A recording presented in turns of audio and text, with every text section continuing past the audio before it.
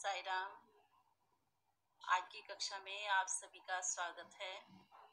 आज हम हिंदी व्याकरण लेंगे। हिंदी व्याकरण का पहले पाठ्यक्रम देखते हैं कि क्या पाठ्यक्रम था हमारा।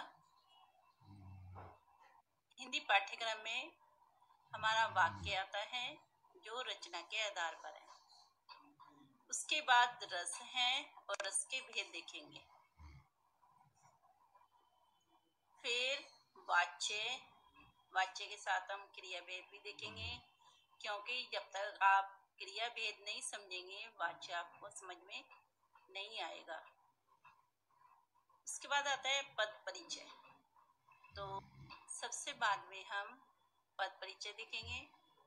ठीक है, इसे हम वाक्य पढ़ चुके हैं, रचना के आधार पर देखे थे हमने।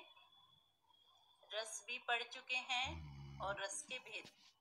आशा करती हूँ आप सभी को अच्छे से समझ में आ गए होंगे। अगर फिर भी कुछ संदेह रह गया है तो बाद में इसका रिवीजन कराएंगे। आज हम वाच्य लेते हैं, वाच्य के साथ क्रिया भेद देखेंगे। ठीक है, तो इस प्रकार से आज का हमारा विषय हिंदी, उपविषय व्याकरण, प्रकरण, वाच्य, क्रिया भेद। ठीक है, अब हम आगे बढ़ते हैं। तो वाच्य समझने के लिए हमें सबसे पहले क्रिया भेद देखने पड़ेंगे, क्योंकि जब तक आपसे क्रिया भेद नहीं आएंगे आप वाच्य को अच्छे से नहीं समझ पाओगे। क्योंकि वाच्य में क्रिया भेद को समझना बहुत जरूरी है, क्योंकि जो क्रिया भेद होते हैं इसके जो सकर्मक अकर्मक क्रियाएं होती हैं, जब तक आपको वो समझ में नहीं आएगी तो आपको वाच्य भी समझ में नहीं आएंगे। तो चलिए क्रिया भेद देखते हैं। सबसे पहले हम देखेंगे क्रिया किसे कहते हैं। तो जिस शब्द से या पद से किसी कार्य के करने या होने का बोध होता है, अर्थात पता चलता है, उसे क्रिया कहते हैं। ठीक है, ये समझ में आया।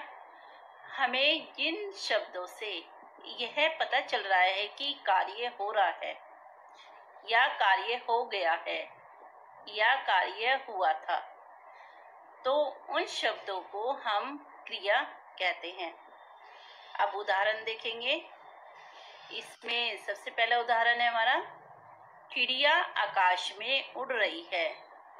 तो यहाँ पर हमें किससे पता लग रहा है कि चिड़िया क्या कर रही है? तो चिड़िया उड़ रही है। तो हमें इससे ये मालूम हो रहा है कि कुछ कार्य हो रहा है। चिड़िया क्या कार्य कर रही है? वह उड़ रही है। अब दूसरा देखेंगे, मोहन पार्क में दौड़ता है। तो हमें इससे पता लग रहा है कि वह मोहन क्या कर रहा है? तो मोहन दौड़ रहा है, वह दौड़ता है। तो हमें इससे पता लग रहा है मोहन दौड़ता है। बर्फ पिघल रहा है। तो इसमें बर्फ क्या हो रहा है? वो पिघल रहा है। तो इसलिए हमें किससे पता लग रहा है? पिघल रहा है। अब आता है आगे, बच्चे हंस रहे हैं। तो बच्चे क्या कर रहे हैं? वे हंस रहे हैं। तो यहाँ पर क्रिया क्या है हमारी? हंस रहे हैं। तो ये समझ में आया। जिन शब्दों से यह पता चले कि कोई कार्य हो रहा है या हो गया है या होने वाला है, तो उन शब्दों को हम क्रिया कहते हैं। ये सभी पद किसी न किसी कार्य करने के, उड़ना, दौड़ना, पिघलना, हंसना, होने के सूचक हैं। अतः ये क्रिया पद हैं। ठीक है, ये इतना आपको मालूम हो गया कि जिन शब्दों से हमें किसी कार्य के करने का या होने का पता लगता है या हमें सूचना मिलती है, उन्हें हम क्रियापद या क्रिया शब्द कहते हैं। ठीक है, आगे इसके भेद देखेंगे कि क्रिया के कितने भेद होते हैं। क्रिया के दो भेद होते हैं, अकर्मक क्रिया, सकर्मक क्रिया। ठीक है, हम सबसे पहले अकर्मक क्रिया देखेंगे। अकर्मक क्रिया किसे कहते हैं?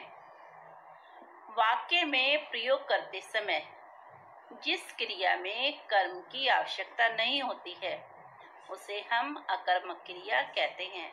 अर्थात वे वाक्य कैसे होते हैं? वे वाक्य कर्महीन होते हैं या कर्म रहित होते हैं। उन वाक्यों में हमें कर्म की आवश्यकता नहीं होती। ठीक है, जैसे हम उदाहरण देखेंगे। हंसना, रोना, गिरना, ठहरना, चलना, जागना, मरना, बैठना, जाना आदि।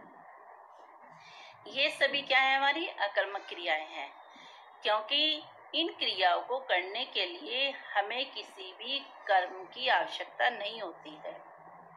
ठीक है, क्योंकि इसमें अकर्मक क्रिया में क्रिया का प्रभाव सीधे किस पर पड़ता है?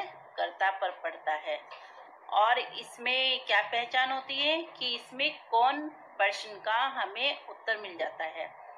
ठीक है, हमेशा ध्यान रखना इसकी पहचान यही है कि इसका क्रिया का प्रभाव सीधे कर्ता पर पड़ेगा, और अगर हम प्रश्न बना रहे हैं तो हमें कौन का उत्तर मिल जाएगा। तो इसकी पहचान है ये अकर्मक क्रिया की। अब इसके कुछ उदाहरण देखेंगे। पक्षी उड़ रहे हैं, तो इसमें कौन उड़ रहा है? पक्षी उड़ रहे हैं। तो इसमें हमें पता लग गया है कि कौन उड़ रहा है, तो इसलिए अकर्मक क्रिया है। और जो हमारी क्रिया है उड़ रहे हैं, इसका प्रभाव किस पर पड़ रहा है? पक्षी पर पड़ रहा है, तो ये इसलिए अकर्मक क्रिया है।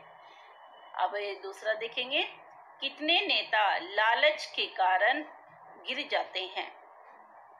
तो इसमें देखिए, कौन लालच के कारण गिर जाता है? नेता। तो इसमें कौन का हमें उत्तर मिल गया कि कौन गिर जाता है? नेता। तो इसलिए यहाँ पर अकर्मक क्रिया हो गई। ठीक है, क्योंकि प्रभाव किस पर पड़ रहा है? यहाँ पर कर्ता पर। आगे, बच्चे बड़ी देर से ऊँघ रहे हैं, तो यहाँ पर कौन ऊँघ रहा है? बच्चे। ऊँघना किसे कहते हैं? आपको मालूम है? बोर होना। तो बच्चे बड़ी देर से बोर हो रहे हैं, तो इसमें कौन का हमें उत्तर मिल गया कि बच्चे बड़ी देर से ऊँघ रहे हैं। और यहाँ पर क्रियापद क्या है? ऊँघना। आओ दिल्ली चलें, तो इसमें हम देखेंगे, वैसे तो इसमें कर्ता हमारा लोप हो गया। लोप होना कहते हैं छिप जाना। तो इसमें लेकिन अगर हम देखें तो किसी को संबोधित किया जा रहा है कि आओ दिल्ली चलें, तो इसमें भी जो प्रभाव है हमारा कर्ता पर पड़ रहा है कि कौन दिल्ली चले। अगर इसका प्रश्न देखें तो यही आएगा, लेकिन इसमें कर्ता को हमने लोप कर दिया है, छिपा दिया है। ठीक है, आगे, वह तुम्हारे लिए रुका हुआ है। कौन रुका हुआ है? तो इसमें भी यह है कि कौन का हमें प्रश्न मिल गया, और रुका हुआ ये हमारा क्रियापद हो गया। ठीक है, आपको अकर्मक क्रिया समझ में आ गई है। अब आगे बढ़ते हैं। सकर्मक क्रिया। सकर्मक क्रिया कहते हैं, जैसे इसके हमें नाम से पता लग जाता है, सकर्म, सामिस साथ और कर्मिस कार्य। जो कार्य के साथ वाक्य होते हैं उसे हम सकर्मक क्रिया कहते हैं। अगर हम साधारण सी भाषा में देखेंगे तो यही आएगा। अब इसको और अच्छी तरह से समझते हैं। जिस कार्य के प्रयोग में कर्म की आवश्यकता पड़ती है उसे सकर्मक क्रिया कहते हैं। अर्थात वे वाक्य कर्म सहित या कर्म के साथ होते हैं। जैसे मैंने अभी बताया कि सकर्म, सकर्मक क्या हो गया? सकर्म। तो सा से अर्थ हो गया कर्म से कार्य या काम। तो जो कर्म के साथ होता है उसे हम सकर्मक कहते हैं। कौन कौन सी क्रियाएं होती हैं? जैसे देख, सुन, पढ़, लिख, कह, सूंघ, खा, पी, मार, बेच आदि। तो ये सभी हैं। लिख भी है इसमें, तो ये हमारी सकर्मक क्रियाएं होती हैं। इसमें क्रिया कर्म के अनुसार होती है। इन वाक्यों में क्या से बने प्रश्नों के उत्तर आते हैं। जैसे हमने अकर्मक क्रिया में देखा कि वहां पर कर्ता पर प्रभाव पड़ता है, लेकिन यहाँ पर क्रिया जो होती है हमारी कर्म के अनुसार होती है। कर्म पर प्रभाव पड़ता है क्रिया का, वहाँ क्रिया का कर्ता पर प्रभाव पड़ता है, और सकर्मक में क्रिया का कर्म पर प्रभाव पड़ता है। और अकर्मक क्रिया में कौन का प्रश्न हमें उसका उत्तर मिल जाता है, इसमें क्या से बने प्रश्नों के उत्तर हमें मिल जाते हैं। अब इसका एक उदाहरण देखेंगे। राधा ने पुस्तक खरीदी, तो क्या है इसमें क्रियापद क्या है हमारा, खरीदी। और राधा ने क्या खरीदा, पुस्तक। अगर हम इसमें से पुस्तक को हटा दें, राधा ने खरीदी, तो एक वो हो गया कि क्या खरीदी। तो पुस्तक को हटाने के बाद जो वाक्य है, वाक्य हमारा अधूरा सा माना जाएगा। जो वाक्य है वह हमारा पूर्ण नहीं होगा और उसका अर्थ भी नहीं निकल रहा होगा। तो इसलिए हमें कर्म की आवश्यकता होती है। पुस्तक क्या है इसमें कर्म है, तो इसलिए पुस्तक का होना इसमें बहुत जरूरी है। अगर पुस्तक को लोप कर देंगे तो यह वाक्य अधूरा माना जाएगा और इसका अर्थ भी नहीं निकल रहा होगा। ठीक है, ये आपको समझ में आया। अभी इसमें जैसे इसमें देखा है हमने, राधा ने खरीदी, तो ये जिज्ञासा बनी हुई है कि क्या खरीदी। तो यहाँ पे क्रिया का प्रभाव किससे पड़ रहा है, कर्म पर पड़ रहा है। कर्म हमारा क्या है इसमें, पुस्तक। तो इसलिए पुस्तक का होना बहुत जरूरी है। इसमें अगर कर्म नहीं होगा तो यह वाक्य अधूरा माना जाएगा। ठीक है, अब इसके कुछ और उदाहरण देखेंगे हम।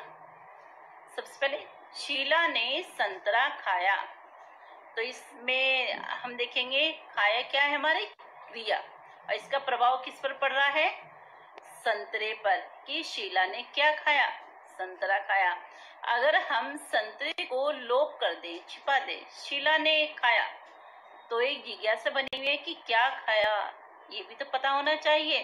तो इसलिए संतरे के बगैर यह वाक्य अधूरा माना जाएगा।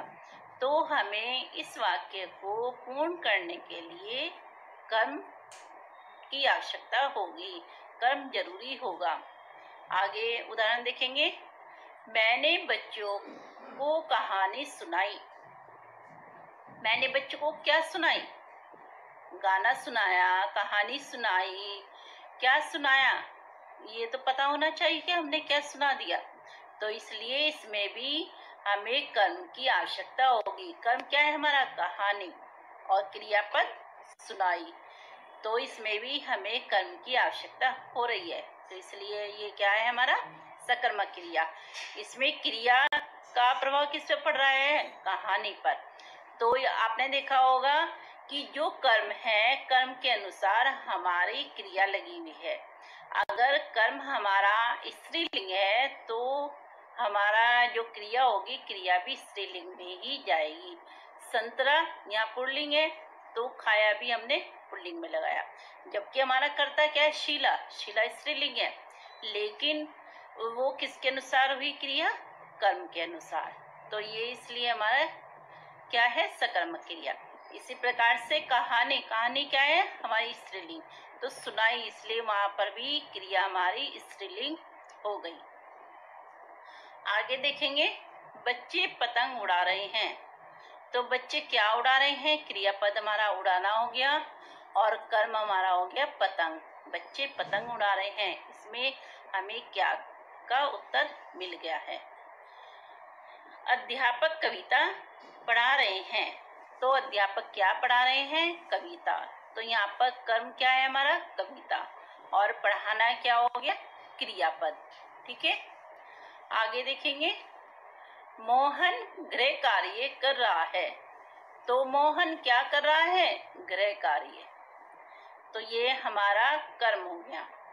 तो इसलिए हमें सकर्मक क्रिया में कर्म की आवश्यकता होती है। अगर हमारा कर्म नहीं होगा तो सकर्मक क्रिया में वाक्य अपना पूर्ण अर्थ नहीं दे पाएगा। ठीक है, ये पहचान आपको मैंने बता दी है। अब इसमें देखेंगे, हमने देखो क्रिया भेद देखे, तो अब इसमें अकर्मक और सकर्मक के भी भेद होते हैं। कुछ हम वाक्य पढ़ते हैं तो वाक्य देख के हमें ये लगता है नहीं, ये अकर्मक भी हो सकता है, ये सकर्मक भी हो सकता है। तो हमें जो ये संदेह बना हुआ है, इन संदेह को दूर करने के लिए इनके भेद भी देखने होंगे। अगर आपको ये भेद अच्छे से समझ में आ जाएंगे तो आपका जो संदेह है ये दूर हो जाएगा और परीक्षा में आप कोई गलती भी नहीं कर पाएंगे। तो आगे की वीडियो में हम अकर्मक क्रिया के भेद और सकर्मक क्रिया के भेद देखेंगे, जिससे आपको अकर्मक क्रिया और सकर्मक क्रिया दोनों अच्छी तरह से समझ में आ जाएगी। ठीक है, अभी तक जो मैंने आपको पढ़ाया है क्रिया के भेद, क्रिया किसे कहते हैं और क्रिया के भेद, ये आपको इतना समझ में आ गया होगा। अब आगे के इसमें भाग 2 में हम अकर्मक क्रिया के भेद और सकर्मक क्रिया के भेद देखेंगे, जिससे आपको कोई भी अपनी परीक्षा में कोई भी परेशानी नहीं होगी और आप कोई भी गलती नहीं कर पाएंगे। ठीक है, आज के लिए इतना ही। ठीक है, धन्यवाद। साई राम। सुखी रहिए, स्वस्थ रहिए और अपना गृह कार्य करते रहिए। आपको मालूम हो गया होगा कि आपको प्रोजेक्ट वर्क जमा करना है, तो अपना प्रोजेक्ट वर्क जल्दी से जल्दी पूर्ण करके जमा कीजिए। साई राम।